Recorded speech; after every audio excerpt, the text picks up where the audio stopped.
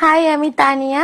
দিনটা ছিল ভাইফোঁটার দিন। সকাল সকাল স্নান টান করে রেডি হয়ে নিয়েছিলাম, তারপরে ভাইফোঁটা দেব বলে।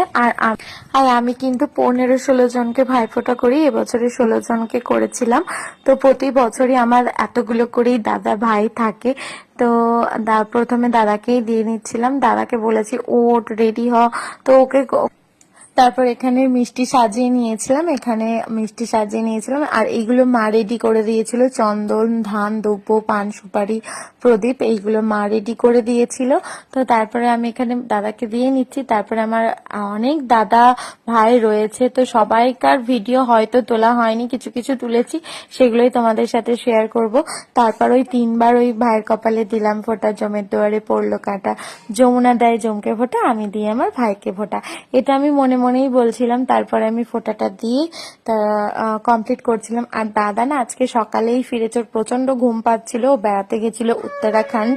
তো আগের বছরও ভাইফোঁটার দিন ফিরেছিল, তাই আমিও আসিনি আর ওরও যাওয়া হয়নি।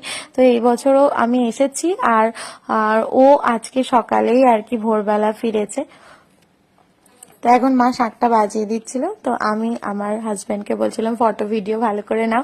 ও একটু পরেই বেরিয়ে যাবে, আমাকে ও কাল রাতে দিতে এসেছিল। আর এটা গিফট, দাদা আমার জন্য একটা ব্যাগ এনেছিল খুব সুন্দর, সোনাইয়ের জন্য ব্যাগ, সোয়েটার, টুপি সব এনেছিল। সবটা পরে ভ্লগে দেখাচ্ছি। বাই।